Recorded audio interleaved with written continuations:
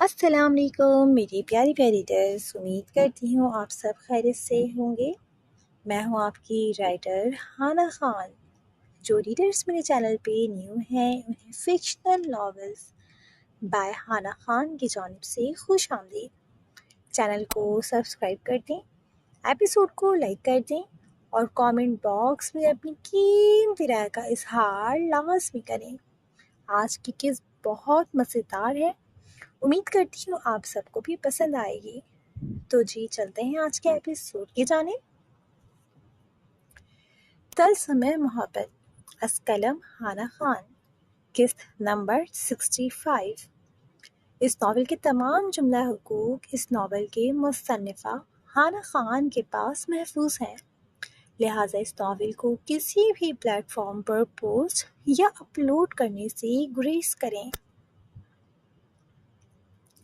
دانی شہروز نے چیختے ہوئے تیزی سے یزدان کو تھاما، جس پر ذریعام، اذہان، شیان اور زاویان تیزی سے یزدان کی جانب لپکے۔ آئلین نے نفی میں سر ہلاتے ہوئے لبوں پر ہاتھ رکھا۔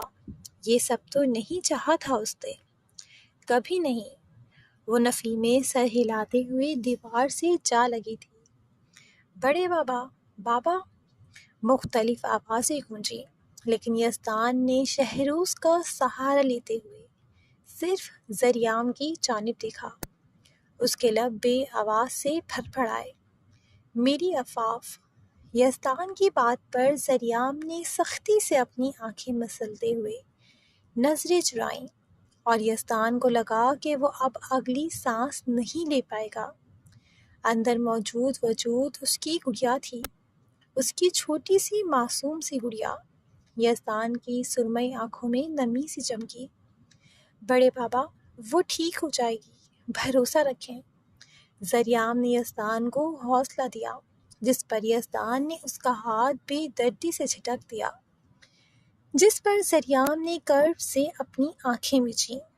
دانی ریلیکس، عفاف گڑیا بہت بہادر ہے، کچھ نہیں ہوگا اسے، تو ادھر بیٹھ، شہروز نے سنجیدگی سے کہتے ہوئے یزدان کو بینچ پر بٹھایا، جس پر یزدان نے اپنی آنکھیں 2 انگلیوں سے مسلتے ہوئے گہری سانس لی۔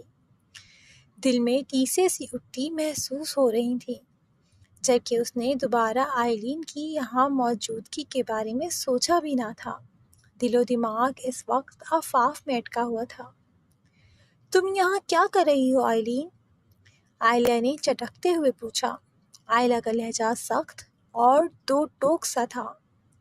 اسے آئلین کی موجودگی یوں اس وقت ہسپتال میں بری طرح کھٹکی تھی۔ وہ حویلی سے کب نکلی؟ اس سوال نے آئلہ کے دماغ میں کھلبلی مچائی تھی۔ تبھی اس کا لہجہ سرد ہوا۔ بے ساختہ آئلہ کے دل سے دعا نکلی کہ عفاف کے ہسپتال میں موجودگی کے پیچھے آئلین کا ہاتھ نہ ہو، لیکن ہر چاہت کہاں قبول ہوتی ہے؟ مورے، میں بتاتا ہوں بڑی مورے۔ شیان، اسٹاپ۔ شیان، جس نے تلخ مسکراہٹ لبوں پر سجاتے آئلین کی بات کاٹتے ہوئے آئلہ کی جانب دیکھتے ابھی اس کی جانب بڑھ ہی رہا تھا کہ زاویان نے اس کے سینے پر ہاتھ رکھتے ہوئے سنجیدگی سے ٹوکا۔ وہ نہیں چاہتا تھا کہ مزید تماشا بنے۔ حقیقتاً وہ اپنے چٹان کی مانند مضبوط رہنے والے بڑے بابا یعنی کہ یزدان خانزادہ کی حالت سے ڈر گیا تھا، جبکہ شیان نے نفی میں سر ہلاتے ہوئے اپنے بازوں سے اپنی آنکھیں مسلیں۔ نہیں لالا، بہت ہوا، ہمیشہ بڑے بابا اور بڑی مورے کو تکلیف نہ ہو، اس خیال سے ہم چپ ہوتے آئے ہیں کہ یہ لڑکی سنبھل جائے گی، اپنی غلطیوں کو سدھار لے گی، لیکن ایسا کبھی نہیں ہوا۔ الٹا ہم سب کو اس کی بے وقوفی کی وجہ سے نقصان اٹھانا پڑا ہے۔ شیان نے نرمی سے زاویان کا ہاتھ اپنے سینے سے ہٹاتے ہوئے تحمل سے کہا، لہجہ احترام کی وجہ سے نرم مگر 2 ٹوک سا تھا۔ بڑی مورے، اس لڑکی نے یہ جانتے ہوئے بھی کہ وہ سوہا ہمارے دشمنوں کا مہرہ ہے، اس کی بات پر ایک بار پھر یقین کیا۔ اسے بچانے کے لیے ان بےغیرتوں کے جال میں پھنسی۔ لیکن ٹوسٹ بتاؤں کیا تھا؟ جہاں آئلہ اور یزدان نے بے یقینی سے آئلین کی جانب دیکھا، وہیں وہ شرمندہ سی نظریں جھکا چکی تھی۔ یہ صرف مہرہ تھی۔ وہ لوگ عفاف کو کسی بھی طرح کڈنیپ کرنا چاہتے تھے۔ آج اسی لڑکی کی وجہ سے میری گڑیا کو گولی لگی ہے۔ دیکھیں، یہ اس کا خون ہے۔ وہ رو رہی تھی بڑے بابا، اسے تکلیف ہو رہی تھی۔ شیاز یہ خستہ قدموں سے چلتا، یزدان کے قدموں میں بیٹھتا، اس کے گھٹنے سے سر ٹکائے رو پڑا تھا، جبکہ یزدان کی آنکھیں سرخ انگارہ ہوئی تھیں۔ مورے، میں صرف سوہا کی مدد کرنے۔ آئلین کی بات بیچ میں ہی چھوٹی تھی، کیونکہ آئلین کے ہاتھ کا جاندار تھپڑ اس کے گلابی رخساروں کو سرخ کر چکا تھا۔ آئلین کے قدم لڑکھڑائے۔ ابتسام نے سپاٹ سے تاثرات سے آگے بڑھ کر اسے تھامنا چاہا کہ آئلہ کے اشارے پر وہ رکتے ہوئے لب بیت چکا تھا۔ کیوں نکلی تم حویلی سے، کم عقل لڑکی؟ کیا تم جانتی نہیں تھی کہ تمہاری کڈنیپنگ کے پیچھے بھی اس سوہا کا ہاتھ تھا؟ ان لوگوں نے تمہارے باپ کی عزت کو سرے بازار اچھالنے کی کوشش کی، اور تم اسی کی مدد کرنے پہنچ گئیں۔ آئلہ نے بری طرح آئلین کو بازو سے پکڑ کر جھنجھوڑا تھا، جبکہ آئلین رو پڑی تھی۔ رہنے دے مورے، ان پر یہ باتیں اثر نہیں کرتی۔ یہ آج روتے پیٹتے شرمندگی سے معافی مانگے گی، کل پھر یہی سب کریں گی۔ یہی ان کی فطرت ہے، ہم ہی انہیں نہ سمجھ سکے۔ اذہان نے دیوار سے سر کی پشت لگائے چھت پر نظریں ٹکاتے ہوئے تلخی سے کہا۔ اذہان، غازیان نے سختی سے ٹوکا، جبکہ یزدان اور آئلہ تو صدمے میں آئے تھے۔ وہ جو ہمیشہ آئلین کے سامنے ڈھال بن جاتا تھا، آج وہ اذہان خانزادہ بھی اپنی دیدہ کے خلاف تھا۔ ان کا بے یقین ہونا بنتا تھا۔ اور مزے کی بات بتاؤں، شیان اور حور کے درمیان اختلافات پیدا کرنے والی بھی یہی تھی، یہاں تک کہ زاویان لالا اور آن دیدہ کے درمیان بھی۔ لیکن آن دیدہ عقل مند تھی۔ اذہان نے اب کی بار سپاٹ نظروں سے آئلین کی جانب دیکھا، اور آئلین کا دل کیا کہ زمین پھٹے اور وہ اس میں سما جائے۔ دوسری طرف اذہان کا لہجہ تو ہر تاثر سے عاری تھا، جبکہ آئلہ نے صدمے سے منہ پر ہاتھ رکھ لیا۔ اس سے پہلے کہ کوئی مزید کچھ کہتا، ایک نرس تیزی سے آپریشن تھیٹر سے نکلی۔ زریام تیزی سے اس کی جانب بھاگا۔ میری بیوی؟ زریام کا لہجہ بے تاب سا تھا۔ یہی حال باقی سب کا بھی تھا۔ ہمیں بلڈ کی اشد ضرورت ہے، ارجنٹ۔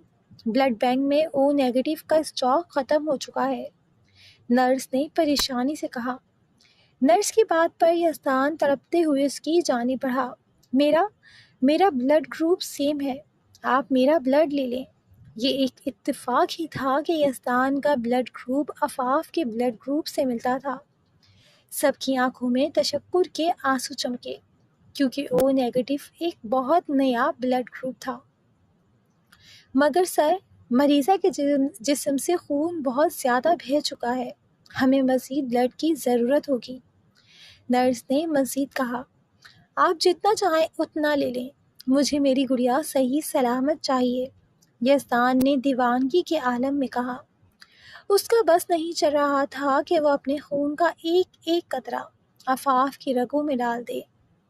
سر پلیز حوصلہ رکھیں، ہم ایک وقت میں ایک ڈونر سے صرف ایک لمیٹڈ مقدار میں ہی خون لے سکتے ہیں، ورنہ آپ کی اپنی جان کو خطرہ ہو سکتا ہے، نرس نے عاجزی سے یزدان کو سمجھایا، اور دوسری نرس کو اشارہ کیا۔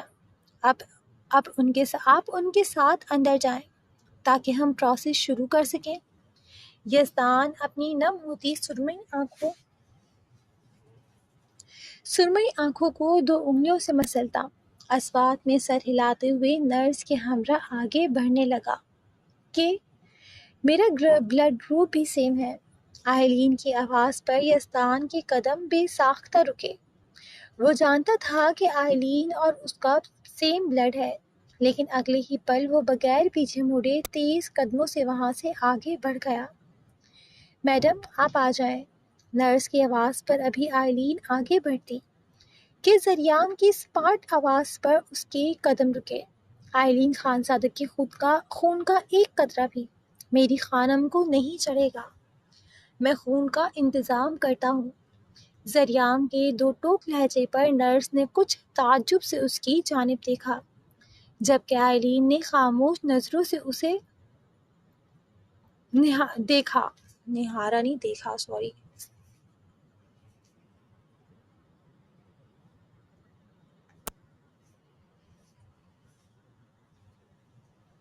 آئلین نے خاموش نظروں سے اسے دیکھا۔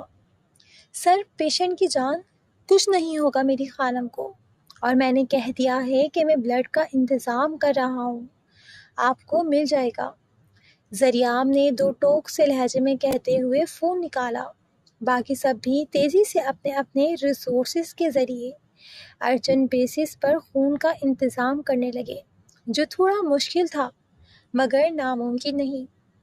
سر، اس وقت عفاف کو ضرورت ہے۔ میں خبردار جو تم نے میری خانم کا نام اپنے منہ سے نکالا۔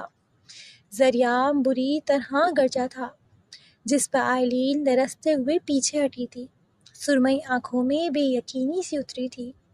زریام، ابتسام نے سرد تمبہیا نظروں سے زریام کو ٹوکا تھا، جس پر وہ طنزیہ سا مسکرا دیا اور ابتسام کو نظر انداز کرتے ہوئے آئلین کی سرمئی آنکھوں میں اپنی سبز آنکھیں گاڑ دیں۔ ہواؤں نے دم سادہ تھا، قسمت مسکرا دی۔ کردار وہی تھے لیکن کہانی بدل چکی تھی۔ جو زریام خانزادہ آئلین خانزادہ اور دنیا کے درمیان دیوار بن کر کھڑا رہتا تھا، آج وہی زریام خانزادہ آئلین خانزادہ کے مخالف کھڑا تھا۔ آئلین کے لیے یہ بات کسی صدمے سے کم نہ تھی۔ میری خانم کو تمہارے جیسی خود غرض لڑکی کی ضرورت نہیں ہے آئلین خانزادہ، اور تمہارا کیا بھروسہ کل کو تم اپنے خون کی ایک ایک بوند کا حساب میری خانم سے لینے بیٹھ جاؤ تو؟ زریام نے موبائل پاکٹ میں رکھتے ہوئے جیب میں ہاتھ ڈال کر سرد سے لہجے میں کہا۔ شاید خون کا انتظام ہو چکا تھا، جبکہ زریام کے لہجے کی ٹھنڈک آئلین کو اپنے وجود میں اترتی محسوس ہوئی۔ سردار زریام خانزادہ، گاٹ اٹ؟ اب کی بار زریام ایک ایک لفظ چباتے ہوئے دبا دبا سکرایا تھا۔ زریام، ابتسام اب کی بار تیزی سے آگے آتے ہوئے زریام اور آئلین کے درمیان دیوار کی مانند حائل ہوا تھا، جس پر آئلین نے نم نگاہوں سے ابتسام کی چوڑی پشت کو دیکھا تھا، جبکہ ابتسام کے یوں بیچ میں آنے پر زریام استہزائیہ سا ہنس دیا۔ یو نو واٹ ابتسام، میں تیرا شکر گزار ہوں کہ تیری وجہ سے میں اس جیسی خود غرض لڑکی سے بچ گیا، اور میرا نکاح میری خانم سے ہوا، جس کا دل جھرنے کے شفاف پانی کی مانند صاف ہے، جیسی وہ اندر سے ہے ویسی ہی باہر سے ہے۔ زریام کے پرسکون لہجے میں بولے گئے لفظوں نے جیسے آئلین پہ کھولتا پانی ڈالا تھا۔ وہ بلبلا سی اٹھی تھی۔ تم مجھے تمیز سے مس آئلین خانزادہ، تم ایک سردار سے بات کر رہی ہو۔ اب کی بار زریام آئلین کی بات کاٹتے ہوئے گھرایا تھا۔ سبز آنکھوں میں تو پہلے سے ہی لہو اترا ہوا تھا، یہی وجہ تھی کہ وہ کب سے آئلین کے منہ نہیں لگ رہا تھا۔ زریام، تمیز سے، تم میری بیوی سے بات کر رہے ہو۔ ابتسام نے زریام کے سینے پر ہاتھ رکھتے ہوئے اسے پیچھے کی جانب دھکیلا، جس پر زریام نے اس کا ہاتھ جھٹکا۔ لمٹ میں رہ ابتسام، اور بیوی؟ تیری اس بیوی کی وجہ سے ہی میری خانم اندر زندگی اور موت کے بیچ جھول رہی ہے، تیری اس خودسر اور خود غرض بیوی کی وجہ سے۔ زریام نے ایک ایک لفظ پر زور دیتے ہوئے نفرت سے آئلین کی جانب دیکھا، جبکہ غازیان نے آگے بڑھ کر زریام کو بازو سے پکڑتے ہوئے پیچھے کیا۔ وہ جانتا تھا کہ زریام غصے میں ہر لحاظ بھول جاتا ہے۔ زریام، ریلیکس، غازیان نے سریام کے گرد گرفت مضبوط کرتے ہوئے اس کے بال سہلا کر اس کے بالوں پر بوسہ دیتے ہوئے اسے ریلیکس کرنا چاہا۔ تیری یہ سو کال بیوی اچھے سے جانتی تھی کہ وہ لوگ عفاف کے دشمن ہیں۔ بڑے بابا بچپن سے اپنی جان پر کھیل کر خانم کو محفوظ کرتے آئے ہیں۔ پہلے تیری شاطر بیوی نے غلطی کی اور پھر اپنی جان بچانے کے لیے میری خانم کو فون کیا، کیونکہ یہ اچھے سے جانتی تھی کہ یہ میری خانم کے آگے 2 مگرمچھ کے آنسو بہائے گی اور وہ بے وقوف عورت سب کچھ بھول کر اس کے پیچھے چلی آئے گی۔ غازیان کے سنبھالنے کے باوجود بھی سریام تو جیسے ہتے سے اکھڑا تھا، چہرہ تیش کے مارے سرخ تھا۔ ہاں، بلایا تھا میں نے، کیونکہ مجھے اپنی جان پیاری تھی، اور ویسے بھی کیا ہو گیا اگر اس نے میرے یا اذہان کی وجہ سے گولی کھائی یا اس کا خون بہا۔ میرے بابا کے کتنے احسان ہیں اس پر۔ اگر میرے بابا اسے اپنی امان میں نہ لیتے تو وہ یا تو پھر کسی یتیم خانے میں ہوتی یا پھر اپنی بہن جیسی لاوارثوں جیسی زندگی گزار رہی ہوتی، یا پھر کسی قبر کے نیچے۔ آئلین، آئلہ کا ہاتھ ایک بار پھر اٹھا تھا، جبکہ ابتسام نے بے یقینی سے گردن موڑتے ہوئے آئلین کی جانب دیکھا۔ لائٹ براؤن آنکھوں میں سوائے بے یقینی کے کچھ نہ تھا۔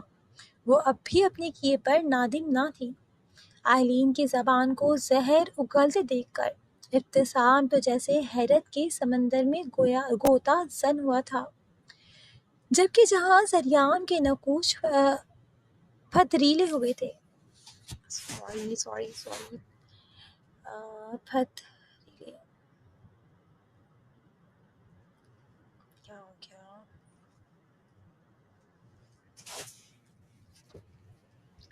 جبکہ جہاں سریام کے نقوش پتھریلے ہوئے تھے، وہیں اس کے لبوں پر ابتسام کو دیکھتے ہوئے تنزیہ سی مسکراہٹ بکھری تھی، اور اس نے نفی میں سر ہلایا، جبکہ باقی سب نے بھی افسوس سے ابتسام کی جانب دیکھا۔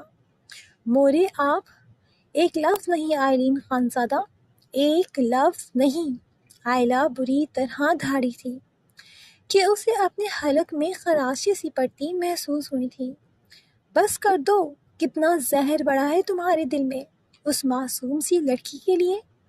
آئلہ نے باقاعدہ آئلین کے سامنے ہاتھ جوڑے تھے، جس پر جہاں آئلین نے تڑپتے ہوئے نفی میں سر ہلایا، وہیں اذہان نے آگے بڑھتے ہوئے آئلہ کے جڑے ہاتھوں کو اپنے مضبوط ہاتھ کی گرفت میں لے کر نیچے کیا تھا۔ آئلین، کیوں ہو تم ایسی؟ جہاں ہمیں ایک پل کو لگتا ہے کہ تم سدھر گئی ہو، اگلے ہی پل تمہارے کہے گئے لفظ ہمیں غلط ثابت کر دیتے ہیں۔ آئلہ کا لہجہ اب کی بار نم سا ہوا تھا۔ ڈارک چاکلیٹ براؤن آنکھوں میں نمی کے ساتھ ساتھ افسوس، کرب اور نہ جانے کیا کیا تھا، جبکہ آئلین لب کو چلتے ہوئے نظریں جھکا چکی تھی۔ مجھے تو یقین ہی نہیں ہوتا کہ تم میری اور خان کی اولاد ہو۔ ہم سے کہاں غلطی ہو گئی، کہاں؟ آئلہ خود کو تھامے کھڑے اذہان کے سینے پر سر رکھتے رو پڑی تھی۔ بس مورے، چپ ہو جائیں، طبیعت خراب ہو جائے گی۔ اذہان نے آئلہ کے بالوں پر بوسہ دیتے ہوئے نرمی سے کہا۔ اس سے لاکھ گنا اچھی تو وہ بچی ہے جس نے کبھی بھی میرے خان کا سر نہیں جھکنے دیا۔ وہ ہمارا خون نہیں ہے اذہان، لیکن پھر بھی اسے میری خان کی عزت کا خیال اس سے کہیں زیادہ ہے۔ یہ ہر بار اپنے عمل سے میری خان کا سر جھکاتی ہے، اور وہ ہر بار اسے معاف کر کے میری خان کے جھکے سر کو اٹھاتی ہے۔ آئلہ نے روتے ہوئے تڑپ تڑپ کر کہا۔ آئلین کی وجہ سے یزدان کا جھکا سر اسے بے موت مارتا تھا۔ اس کے حویلی سے غائب ہونے پر اس بچی نے اپنی قربانی دی۔ کس کے لیے؟ میری خان کے لیے، کہ کہیں اس کے بابا جان کا سر نہ جھک جائے۔ 15 سال اذہان، 15 سال کا عرصہ کم نہیں ہوتا۔ خان کے ایک بار منع کرنے کے بعد اس بچی نے کبھی حویلی آنے کی ضد نہیں کی۔ خان کو لگا یہ اس بچی کی شخصیت کے لیے ٹھیک ہے، اور انہوں نے صحیح سوچا، وہ کم از کم مضبوط بنی۔ لیکن دیکھو نا اذہان، اس نے کیا کیا؟ آئلین نے شکوے سے اذہان کی جانب دیکھا۔ خان نے کہا آئلین عفاف کو قبول نہیں کر پا رہی، اس لیے بہتر یہی ہے کہ یہ دونوں الگ الگ جگہ پلے بڑھیں۔ اس بچی نے تو سب سے الگ رہ کر بھی خان کے نام اور تربیت کی لاج رکھی، لیکن یہ… آئلہ نے غصے بھری نظروں سے آئلین کی جانب دیکھا۔ اسے بھی تو سنبھل جانا چاہیے تھا نا، عفاف تو چلی گئی تھی، لیکن اس نے کیا کیا؟ یہ خود کو سب کی زندگیوں کی مالک سمجھ بیٹھی۔ میرے سارے بچوں کی زندگی میں طوفان برپا کر دیا، ان کی زندگی اتھل پتھل کر دی، میرے رشتوں کو تہس نہس کر دیا۔ آئلہ اب کی بار چیخی تھی۔ زریام نے اپنے منہ پر ہاتھ پھیرا۔ آئلہ کا رونا اسے پاگل کر رہا تھا۔ وہ گئی نہیں تھی، وہ وہیں تھی، پریحان کی صورت میں، آن دیدہ کی صورت میں، شایان کی صورت میں، بابا جان کی صورت میں۔ وہ خان حویلی میں نہ ہو کر بھی وہیں تھی۔ میں حویلی کی بیٹی ہوں، سردار یزدان خانزادہ کی اکلوتی بیٹی۔ جتنا حق میرا ہے اتنا عفاف کا نہیں ہو سکتا، کبھی نہیں۔ میں آج بھی اپنے کہے پر قائم ہوں۔ ہاں، میں نے نور العین والے حادثے پر جھوٹ بولا تھا، اس کے لیے میں شرمندہ ہوں، لیکن اس کے علاوہ میں… آئلہ جو آپے سے باہر ہوتے ہوئے مزید کچھ بولتی کہ آئلہ ایک بار پھر اس پر جھپٹی تھی، اس سے پہلے کہ وہ ایک بار پھر آئلین پر ہاتھ اٹھاتی۔ یزدان نے تیزی سے آ کر اسے تھامتے ہوئے سینے سے لگایا تھا۔ وہ ابھی ہی خون دے کر آیا تھا، مزید خون کا انتظام ہو چکا تھا، اسی لیے نرس نے اسے جانے کا کہا تھا، لیکن آئلین کے لفظوں پر وہ سختی کی حالت میں آیا تھا۔ بس خانم، بس، ریلیکس، یزدان نے آئلہ کی کمر سہلاتے ہوئے نرمی سے کہا، جبکہ ابتسام بغیر کچھ کہے آئلین کی جانب بڑھا اور اس کی کلائی سختی سے تھامی۔ ارادہ یہاں سے جانے کا تھا۔ وہ مزید آئلین کی زہر اگلتی زبان برداشت نہیں کر سکتا تھا۔ یہ دیکھیے خان، یہ کیا کہہ رہی ہے؟ یہ ہماری بیٹی نہیں ہو سکتی، نہیں ہو سکتی۔ میں نے اس کی تربیت میں کوئی کمی نہیں چھوڑی۔ پھر یہ ایسی کیوں ہے خان؟ پھر یہ ایسی کیوں ہے؟ آئلہ یزدان کے مضبوط سینے میں منہ چھپائے رو پڑی تھی۔ بس خانم، جو آئلین نے کرنا تھا وہ کر لیا۔ جو غلطی ہم سے پہلے ہوئی وہ ہم اب نہیں دہرائیں گے۔ یزدان نے نرمی سے آئلہ کے سر پر بوسہ دیتے ہوئے اسے اپنی گرفت سے آزاد کیا تو اذہان آئلہ کو اپنے حصار میں لے چکا تھا، جبکہ یزدان کا لہجہ پرعزم سا تھا۔ زریام ضبط سے اپنا رخ موڑ چکا تھا، ورنہ دل تو اس کا آئلین کی لمبی زہر آلود زبان کو کاٹنے کا کر رہا تھا۔ تو وہیں یزدان مضبوط قدموں سے ابتسام کی جانب بڑھا۔ اس نے آئلین کی جانب ایک بار بھی نہیں دیکھا تھا، جبکہ آئلین کا وجود ایسا تھا کہ کاٹو تو بدن میں لہو نہیں۔ کیا تم اب بھی یہ سب جاننے کے بعد بھی آئلین خانزادہ کو بطور بیوی قبول کرتے ہو؟ یزدان نے تحمل سے پوچھا۔ انداز پاٹ سا تھا، جبکہ آئلین نے لرزتے ہوئے مٹھیاں بیچی۔ میں اپنے فیصلے سے پیچھے ہٹنے والوں میں سے نہیں ہوں دانی انکل۔ میں نے آئلین سے نکاح کیا ہے اور میں آخری سانس تک اس رشتے کے تقدس اور اس کے احترام پر قائم رہوں گا، ابتسام نے صاف اور دو ٹوک لفظوں میں کہا۔ وہ یہ نہ کہہ سکا کہ وہ آئلین سے محبت کرتا ہے۔ اس وقت اس کا دماغ آئلین کی زہر اگلتی زبان کے آگے معاف ہو چکا تھا۔ اتنی نفرت؟ وہ حیران نہ ہوتا تو کیا ہوتا؟ اوپر سے یہ انکشاف کہ اذہان اور باقی سب کی زندگیوں میں بھی طوفان کھڑے کرنے والی آئلین خانزادہ تھی۔ اس انکشاف نے ابتسام کو کچھ بولنے لائق نہ چھوڑا تھا۔ وہ سب کی افسوس بھری نظریں خود پر محسوس کر سکتا تھا اور اس افسوس کی وجہ بھی جانتا تھا۔ ابتسام نے اپنا فیصلہ سنا کر گہرا سانس لیا، جبکہ آئلین نے بے یقینی سے اس کی جانب دیکھا۔ ٹھیک ہے، پھر میں بھی ابھی اور اسی وقت آئلین خانزادہ کو رخصت کر رہا ہوں۔ آئلین خانزادہ کا اب سے خان حویلی اور اس کے مکینوں سے کوئی تعلق نہیں ہے، اب سے یہ صرف اور صرف تمہاری بیوی ہے، یزدان نے سپاٹ سے انداز میں کہتے اپنا رخ موڑا۔ یزدان کے چہرے کے تاثرات انتہائی پتھریلے تھے۔ آپ ایسا نہیں کر سکتے بابا، آپ اس لاوارث اور یتیم لڑکی کے لیے مجھ سے میرا مان، میرا باپ، میرے رشتے نہیں چھین سکتے، یہ سب میرا ہے۔ آپ اس عفاف کے لیے اپنی سگی بیٹی کو خود سے دور نہیں کر سکتے، آپ میرے ساتھ یہ ناانصافی کبھی نہیں کر سکتے۔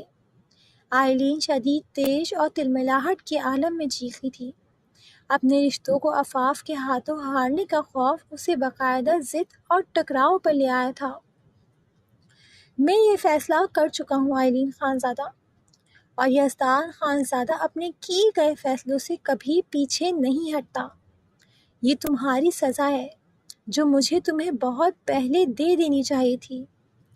یزدان کا لہجہ سرد سا تھا، جس پر آئلین کو اپنے وجود میں سرد سی لہریں دوڑتی محسوس ہوئیں۔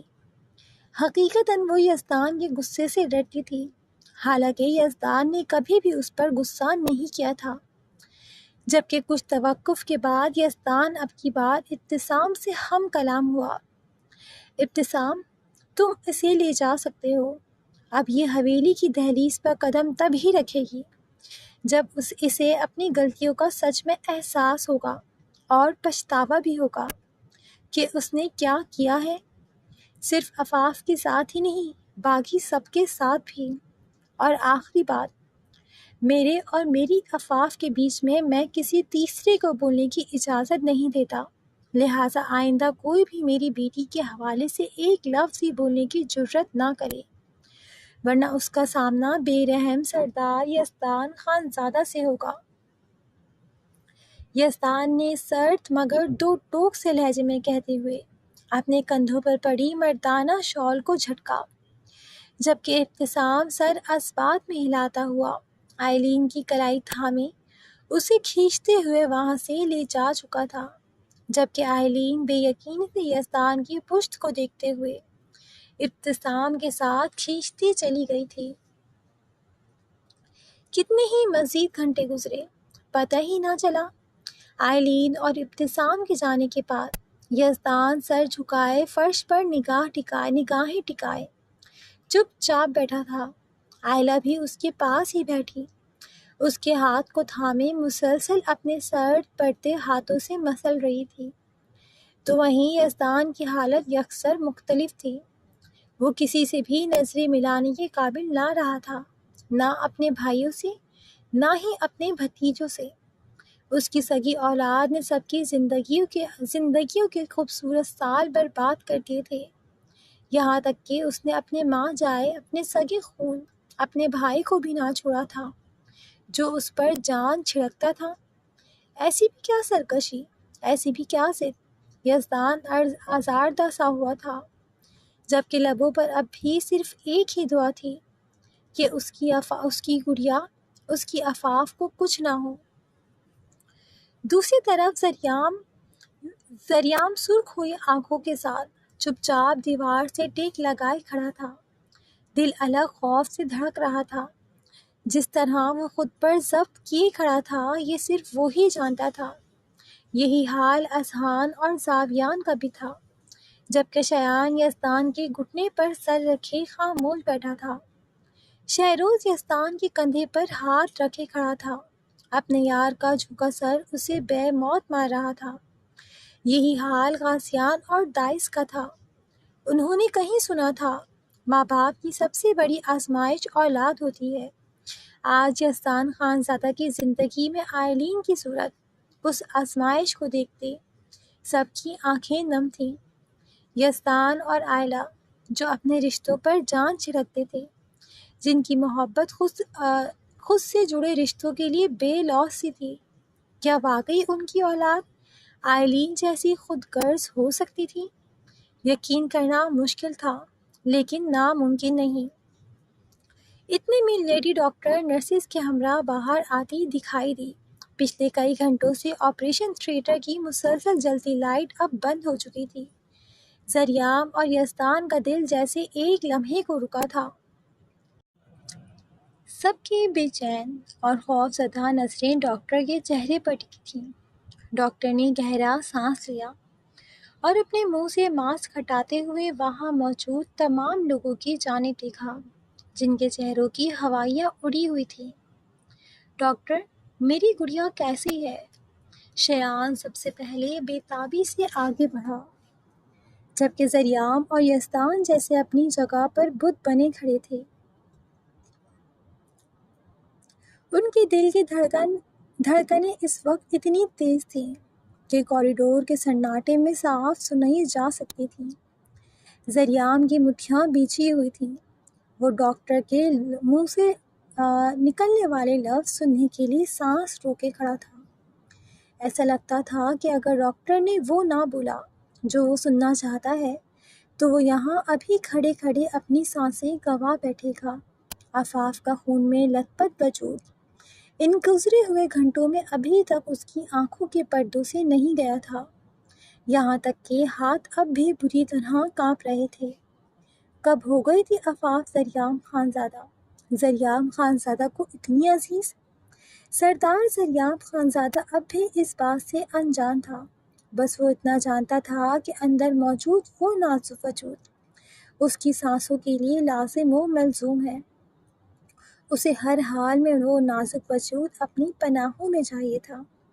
زریام کی سرخ ہوتی سبز آنکھوں میں خوف کے سائے منڈلانے لگے تھے۔ اب وہ بالکل ٹھیک ہیں، الحمدللہ، اب وہ خطرے سے باہر ہیں۔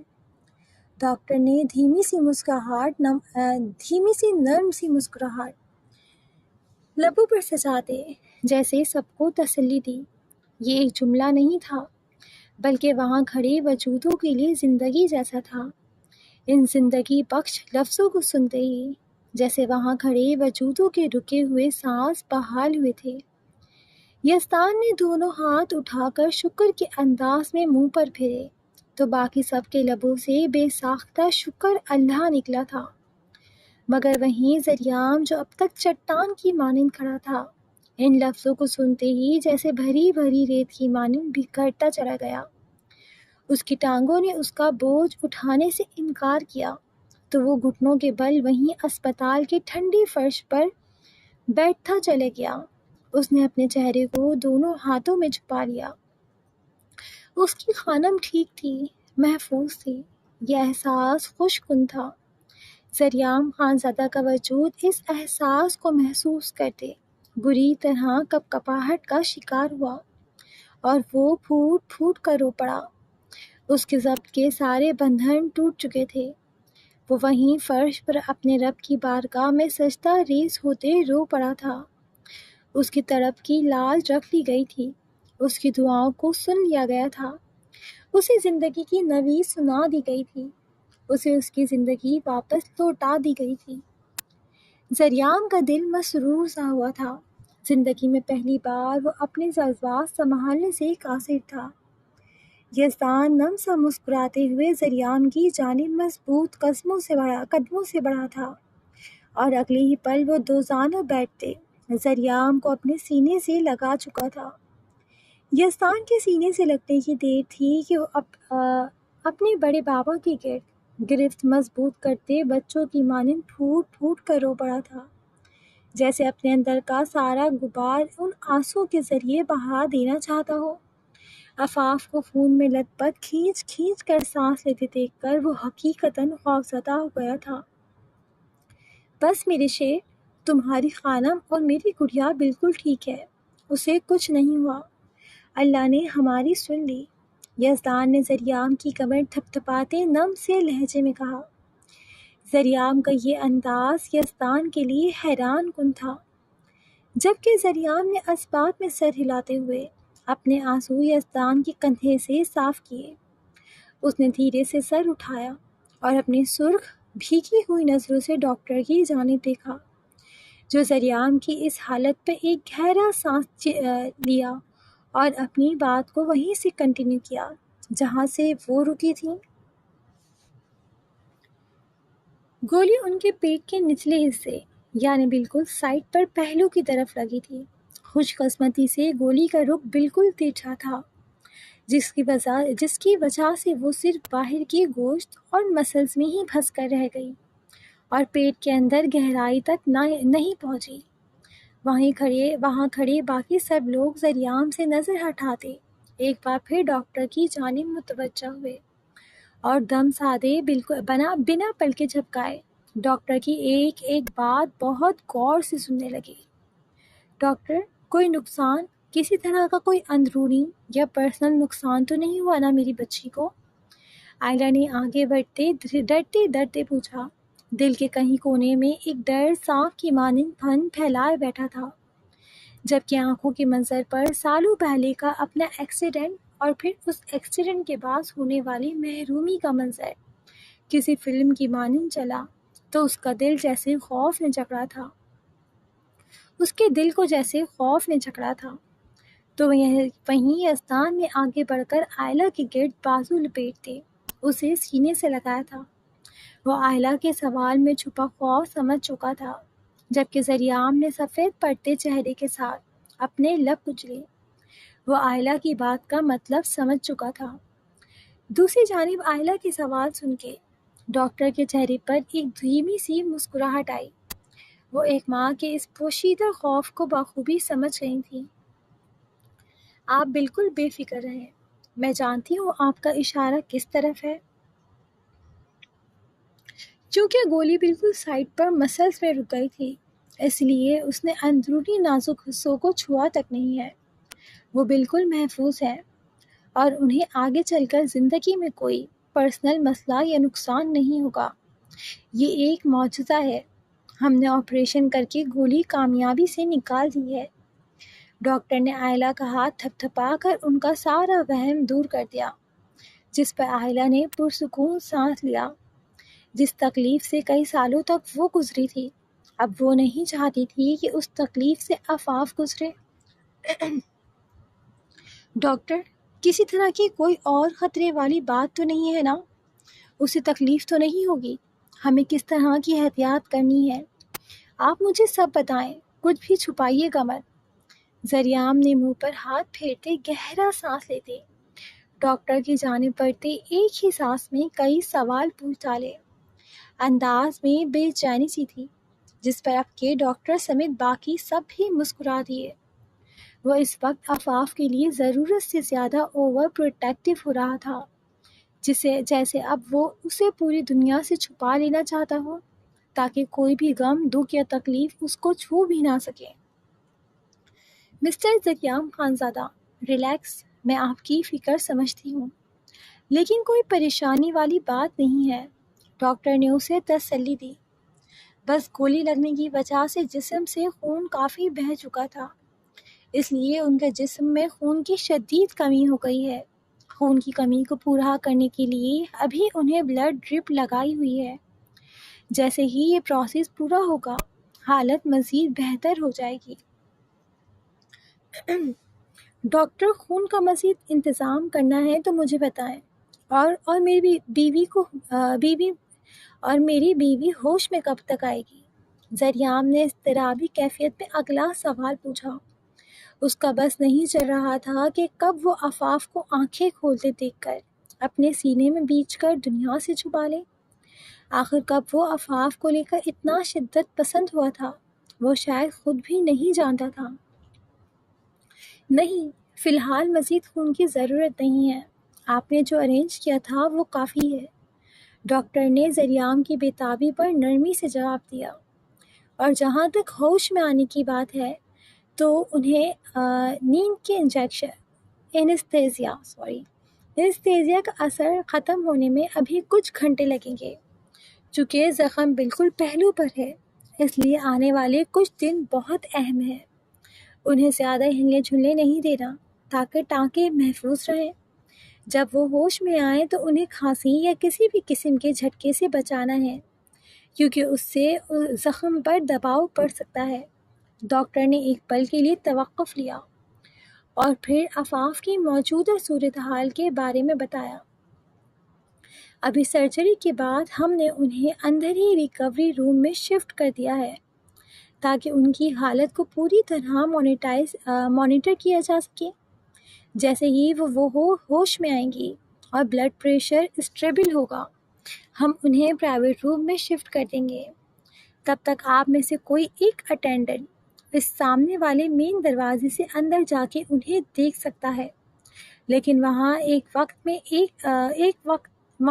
وقت میں صرف ایک ہی بندی کو جانے کی اجازت ہے۔ ڈاکٹر نے تفصیلاً آگاہ کرنے کے بعد ایک ہمدردانہ مسکراہٹ سے ان کی جانب دیکھا۔ بے ساختہ ہی انہیں اندر موجود لڑکی کی قسمت پر رشک سا ہوا تھا۔ پھر وہ سر جھٹکتے اپنے کیبن کی جانب بڑھ گئی۔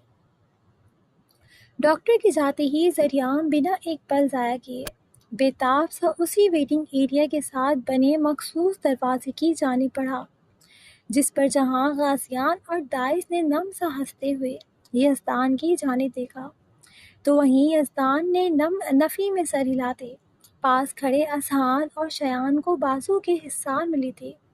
ان کے بالوں پر لب رکھے تھے، جن کے چہرے اور آنکھیں رو رو کر سرخ ہو چکے تھے، تو آئلہ کے کندھے پر ہاتھ رکھتے اسے اپنے حصار میں لیتے زاویان اور آئلہ دونوں مسکرا دیے۔ تو بھائی کیسی لگی آج کی ایپیسوڈ؟ امید کرتی ہوں پسند آئی ہوگی۔ کمنٹ باکس میں لازمی بتائیں۔ ایپیسوڈ کو لائک کرنا ہرگز نہ بھولیں، ساتھ میں شیئر بھی۔ جن ریڈرز اور لسنرز نے اب تک چینل کو سبسکرائب نہیں کیا، وہ چینل کو سبسکرائب بھی کر دیں۔ کامنٹ باکس میں اپنا آج کا پسندیدہ ڈائلاگ لاسٹ میں مینشن کریں۔ اب آپ سے ملاقات ہوگی اگلے ایپیسوڈ کے ساتھ۔ تب تک کے لیے خوش رہیں، آباد رہیں، ہنستے مسکراتے رہیں اور اپنے رائڈر کو دعا میں یاد رکھیں۔ اللہ حافظ۔